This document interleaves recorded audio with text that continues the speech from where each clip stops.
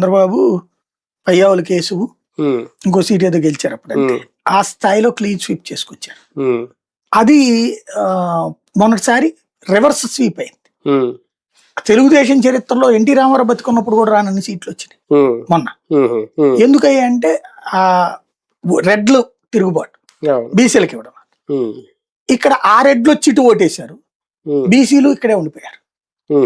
ఇప్పుడు ఆ బీసీలకు వీళ్ళు రాజకీయంగా అంత చేయరు, అతను చెప్పినంత చేయరు. కానీ అలాగని వదిలిపెట్టట్లేదు. వాళ్ళకి అతను 50 ఇస్తానన్న చోట వీళ్ళు 30-35 ఇచ్చి 50 అన్న చూపెడతారు వాళ్ళకి. అదొక కొంత సంతృప్తి పరచడంతో పాటు ఈ డబ్బులు ఇప్పుడు ఆ బీసీ నేస్తాలు ఈ బీసీ నేస్తాలు లేవు కాబట్టి ఈ కొత్త మోడల్ అన్నమాట వాళ్ళకి. ఇదే కాకుండా ఇంకా ఇతర కులాలకు కూడా ఏదో ఒకటి చేస్తున్నారు. మొన్న బార్బర్లకు ఏదో కరెంటుదని ఇట్లాంటి. ఇదేంటంటే నెలకు వారు ఇప్పుడు వీళ్ళకి ఆ మరమగ్గం వాళ్ళకి 500 యూనిట్లు, ఇండివిజువల్ గా 200 యూనిట్లు నెలకు కరెంటు బిల్లు తగ్గినట్టే. అది వాళ్ళకి సంతృప్తి. ఆ విధంగా ఆర్థిక చేయూతనిచ్చి బీసీల పైకి తీసుకొచ్చే పని చేస్తున్నారు బాబు గారు. ఫోకస్ అయితే పెట్టారు, బీసీల మీద ఫోకస్ అయితే పెట్టారు. సార్, జాతీయ స్థాయిలో గానీ రాష్ట్ర వ్యాప్తంగానే రాజ్యసభ స్థానాలకు సంబంధించి ఓకే, ఇక్కడ 4 సీట్ల వరకు ఖాళీ అవుతున్నాయి రేపు అనేది.